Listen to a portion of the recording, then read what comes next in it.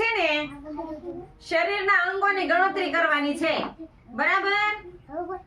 સરસ, હાલો બધા બોલજો હો ને. હાલો, માથું કેટલા માથા છે? એક. પછી કપાળ કેટલા છે? કાન કેટલા છે? નેણ કેટલા છે? આંખો કેટલી છે? ગાલ કેટલા છે? નાક કેટલા છે? એક. પછી હોઠ કેટલા છે? જીભ કેટલી છે? પછી દાઢી કેટલી છે? પછી ખંભા કેટલા છે?